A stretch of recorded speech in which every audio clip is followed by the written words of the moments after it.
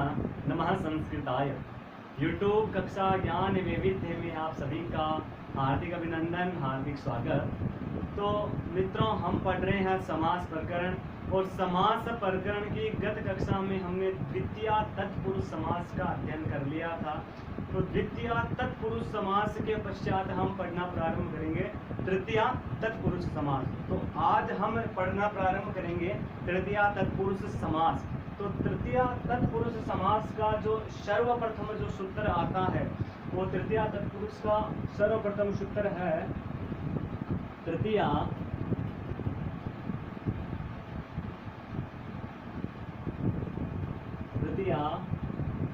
तत्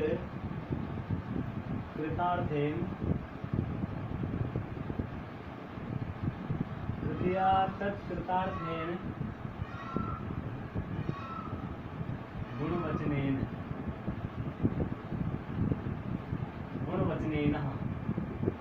यह हमारा सूत्र है कि तृतीय तत्कृतार्थेन गुणवचनेन। तो इसका अर्थ हो गया गुणवचन। गुणवचन इसका तात्पर्य। अगर इस सूत्र को आपने समझ लिया, तृतीय तत्कृत अर्थ गुणवचन, इस सूत्र को आपने समझ लिया, तो पूरा तत्पुरुष समास में जो तृतीय विभक्ति है, वो तृतीय विभक्ति इसी सूत्र के अंदर समाई हुई है। इसी सूत्र के अंदर पूरा तृतीय तत्पुरुष है। तो गुणवचनेन का अर्थ मैं आपको बता दूं कि जब भी कोई किसी का कोई गुण होता है, कि जब भी कोई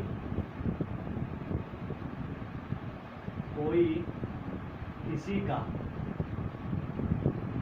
गुण हो, और जब वही गुण आगे जाकर अपना एक अन्य अर्थ प्रकट करता हो, अपना एक अन्य ही प्रधान पद रखता हो, तो उसकी जगह आ जाता है गुणवचनेन। तब वहाँ पे वह गुणवचनेन कहलाता है। जैसे कि आपको मैं इसका उदाहरण दूं कि जैसे गुण, कोई किसी वस्तु का गुण हो, जैसे श्वेत अश्व।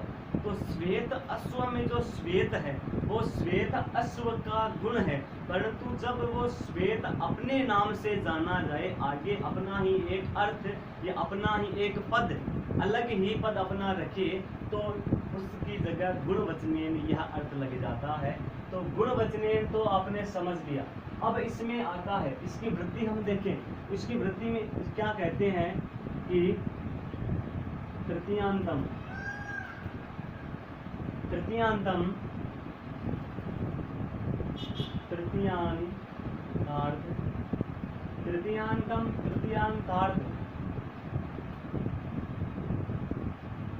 गुणवचनेन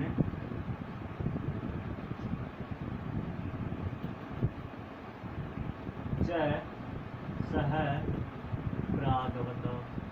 इसके वृत्ति में यह लिखा है कि तृतीयांतार्थ गुणवचनेन सह प्रागवत, अर्थात तृतीय विभक्ति का तृतीयांत अर्थ के साथ और गुणवचनेन, अर्थ मतलब अर्थ और गुणवचनेन, इन दो अर्थों के अंदर तृतीय तत्पुरुष समास होता है। तो गुणवचनेन तो आपने समझ लिया कि जब भी कोई किसी का गुण हो, परंतु जब वही गुण आगे जाके अपना एक अन्य अर्थ प्रकट करता हो, अपनी एक अलग ही पहचान रखता हो, तो उसकी जगह गुणवचनेन वह कहलाता है। और अर्थ के साथ वह अपना समास, अर्थ और गुणवचनेन, इन दोनों के साथ तृतीय तत्पुरुष समास होता है। अब आए इसके उदाहरण की बात। तो उदाहरण अब इनका हम देखें, तो तृतीय तत्कृत अर्थ और गुणवचनेन, इस सूत्र को हम देखें तो इसके अलग अलग अर्थ निकलते हैं कि तृतीय तत्कृत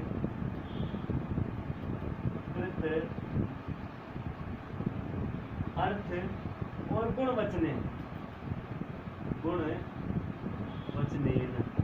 यह इसका अर्थ निकलता है। तो अब इसका हम उदाहरण देखें। तो गुणवचनेन, इसका उदाहरण हम देखें तो गुणवचनेन का उदाहरण है हमारे संकुला अंडः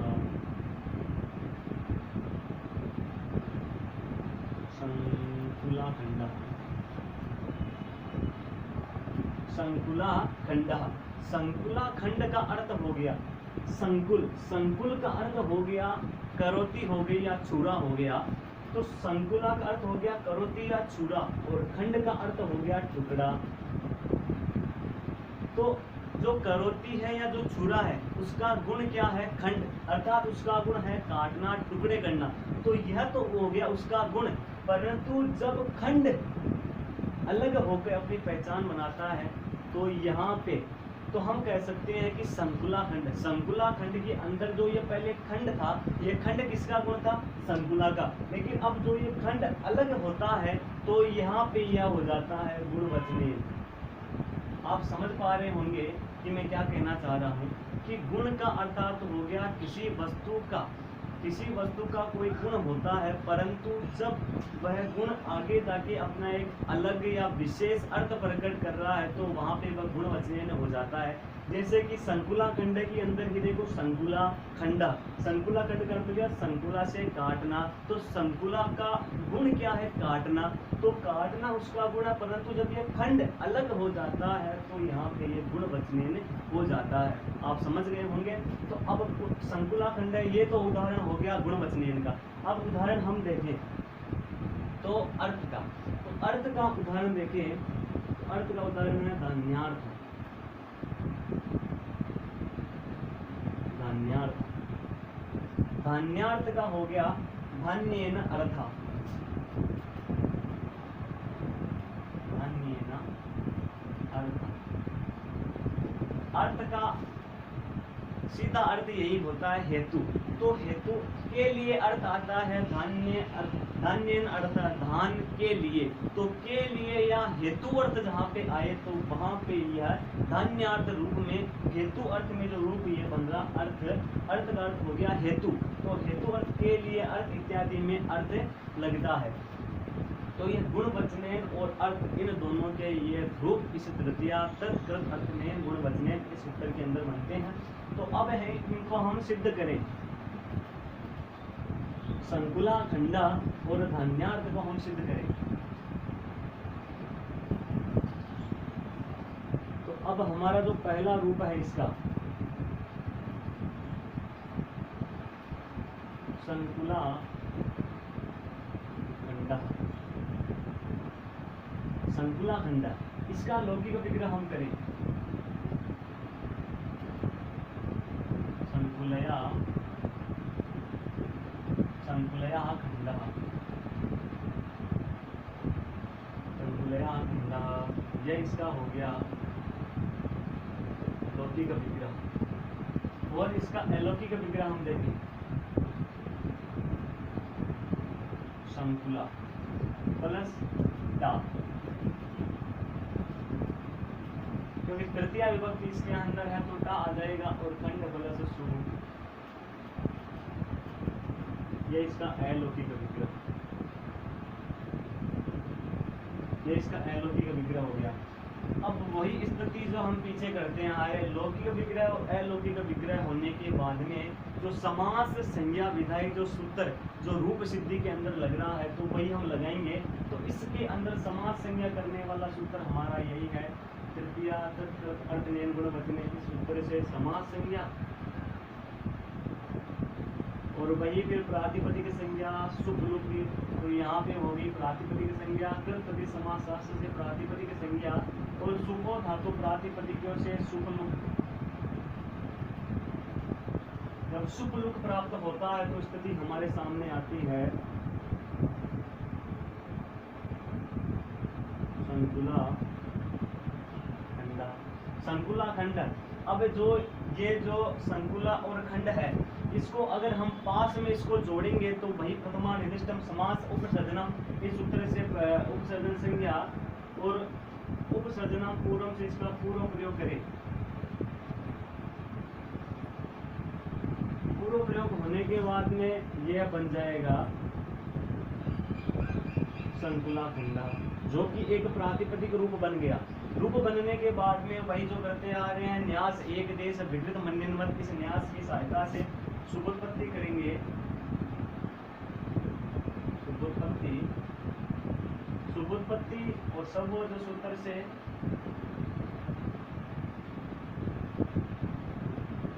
सूत्र से यहाँ पे सुप्रत्यय, तो सुप्रत्यय होने के बाद में जो स्व आदि कार्य है, सु आदि कार्य करते हैं, विसर्ग हमको चाहिए, तो सु का उत्तर जो ये इसका जो उ है उसका उपदेश से अदनुनासिक इत, इस सूत्र की सहायता से इसकी संज्ञा तस्य लोप से इसका लोप, तो स हलंत हमारे सामने आता है, तो हलंत का ससजु स्वरू से इसका यहाँ पे हो जाएगा स, और ससजु स्वरू से इसका हो जाएगा रू।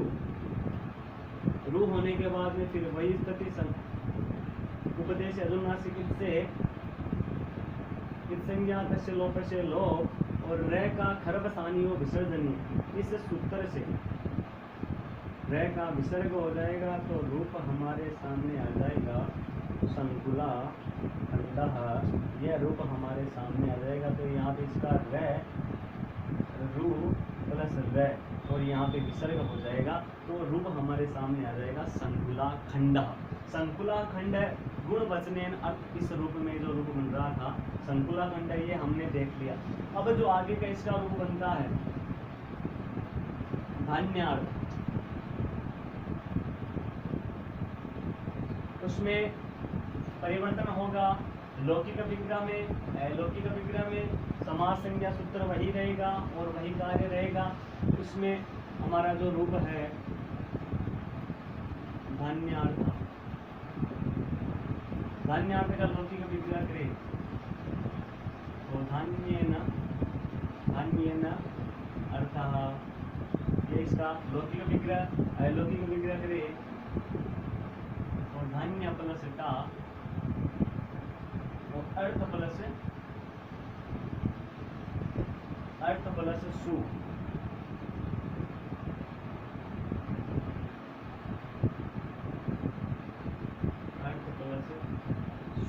ये इसका अलौकिक विग्रह हो गया।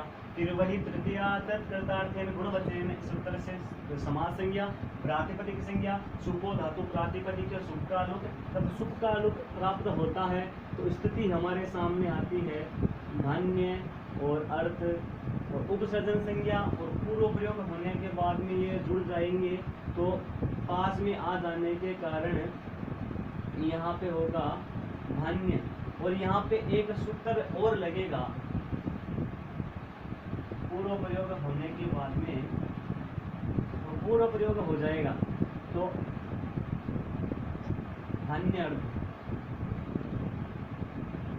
धन्य अर्थ होने के बाद में यहाँ पे अकार सवर्ण दीर्घ, इस सूत्र से, क्योंकि सवर्ण हो जाने के कारण यह दीर्घ हो जाएगा, अकार सवर्ण दीर्घ, इस सूत्र से यहाँ पे दीर्घ हो जाएगा सवर्ण होने के कारण, तो यहाँ पे बन जाएगा धान्यार्थ। धान्यार्थ अब ये प्रातिपदिक बन गया, तो यहाँ पे शुभोत्पत्ति और समोट से सुप्रत्यय और उसका रुत्व विसर्ग, जो कि स्वादि कार्य में हो जाएगा स्वादि कार्यों,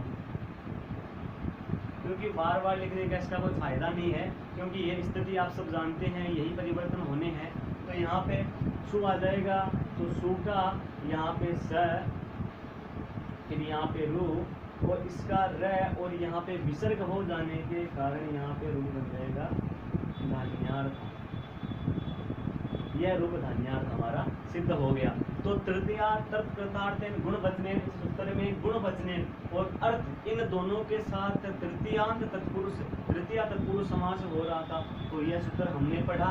इसके बाद में जो अगला सूत्र आता है वो सूत्र है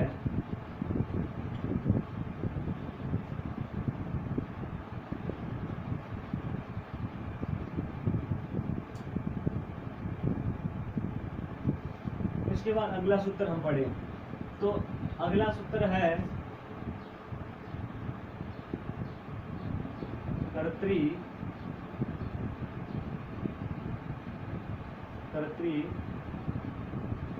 करणे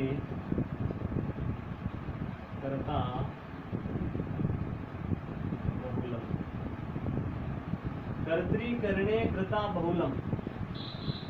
इस सूत्र में इसका कार्य है कर्त्री और करण, इन दो अर्थों के साथ कृतंतवाची शब्दों का समास होता है। तो यहाँ पे कर्तृवाचक और कर्णवाचक शब्दों का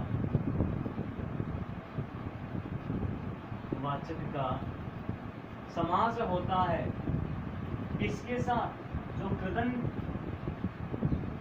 शब्द है उनका कृदंतवाची है, उनके साथ समास होता है बहुलता से। बहुल अलंकार तो हो गया बहुल प्रकार से,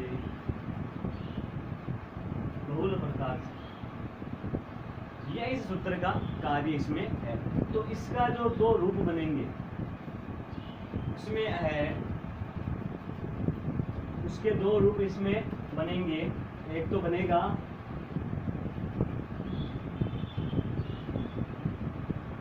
हरितात्रः, और एक इसका रूप है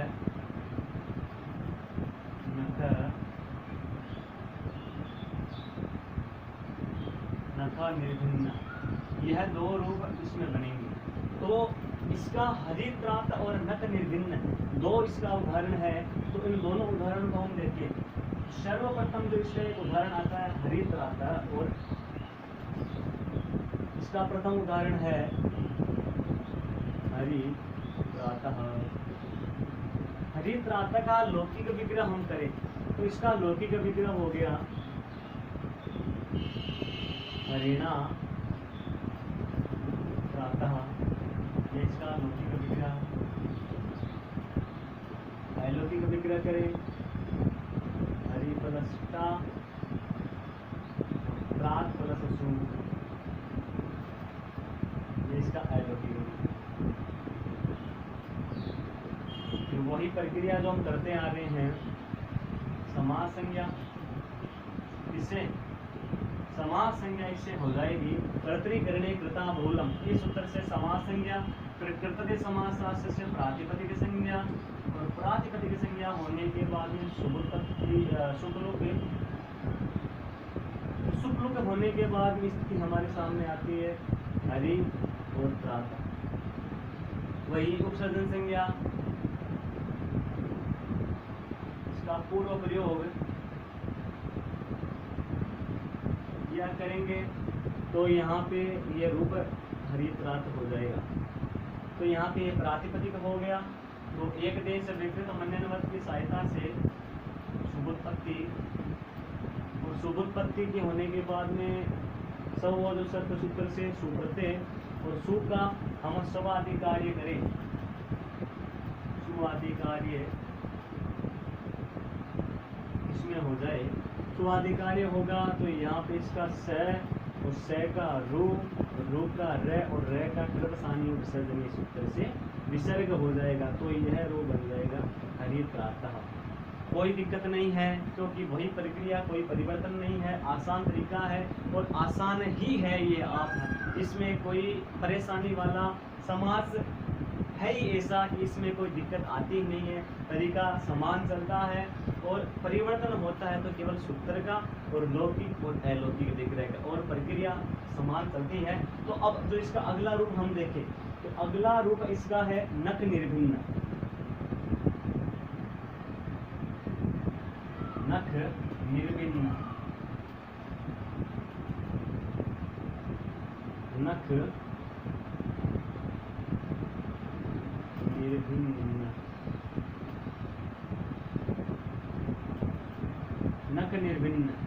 इसका लौकिक विग्रह हो गया नखई निर्भिन्न, इसका लौकिक विग्रह। अलौकिक विग्रह में करें तो नख, नखई में भिस प्रत्यय लगेगा तो नख प्लस भिस, राम ही तृतीय विभक्ति बहुवचन होगा। नख प्लस भिस और निर्भिन्न प्लस सु, निर्भिन्न प्लस सु, यह अलौकिक विग्रह हो गया। फिर वही समास संज्ञा, प्रातिपदिक संज्ञा, शुभो धातु प्रातिपदिक से शुभ का लुक होगा तो यहाँ पे स्थिति आएगी नख निर्भिन्न, ये स्थिति आएगी। तो फिर उपसर्जन संज्ञा और पूर्व प्रयोग होने से ये पास में आ जाएंगे और जुड़ जाएंगे। तो नख निर्भिन्न, नक निर्भिन्न हो जाएगा। तो नक निर्भिन्न होने के बाद में शुभोत्पत्ति और सु आदि कार्य करें तो इसके अंदर सुप्रत्यय और सु का रुत्व विसर्ग हो जाएगा। तो स का सु का स और स का रु और रु का र और र का गर्भसानीय विसर्जनीय से रुत्व हो जाएगा। तो नख निर्भिन्न यह रूप हमारा सिद्ध हो जाएगा। तो तृतीया तत्कृतार्थेन गुणवचनेन और कर्तरीकरणे कृताबहुलम, यह दो सूत्र तृतीया तत्पुरुष समास के अंदर आते हैं जो हमने पढ़ लिए और इसका अध्ययन हमने कर लिया। तो आपके ये समझ में अवश्य आएंगे होंगे, क्योंकि परेशानी इसमें कुछ नहीं है और इसमें सब आसानी है, कठिन तो कुछ है ही नहीं। तो फिर भी अगर आपको इसमें कुछ शंका रह जाएगा, समाधान है तो समाधान इसका करूंगा और समझ में आपके अवश्य आए होंगे। फिर भी अगर कोई दिक्कत है तो कमेंट के माध्यम से ज़रूर बताएं। और तृतीया तत्पुरुष समास हमने पढ़ लिया। अब हम पढ़ेंगे चतुर्थी तत्पुरुष समास। तो तृतीया तत्पुरुष समास यहीं पे समाप्त होता है।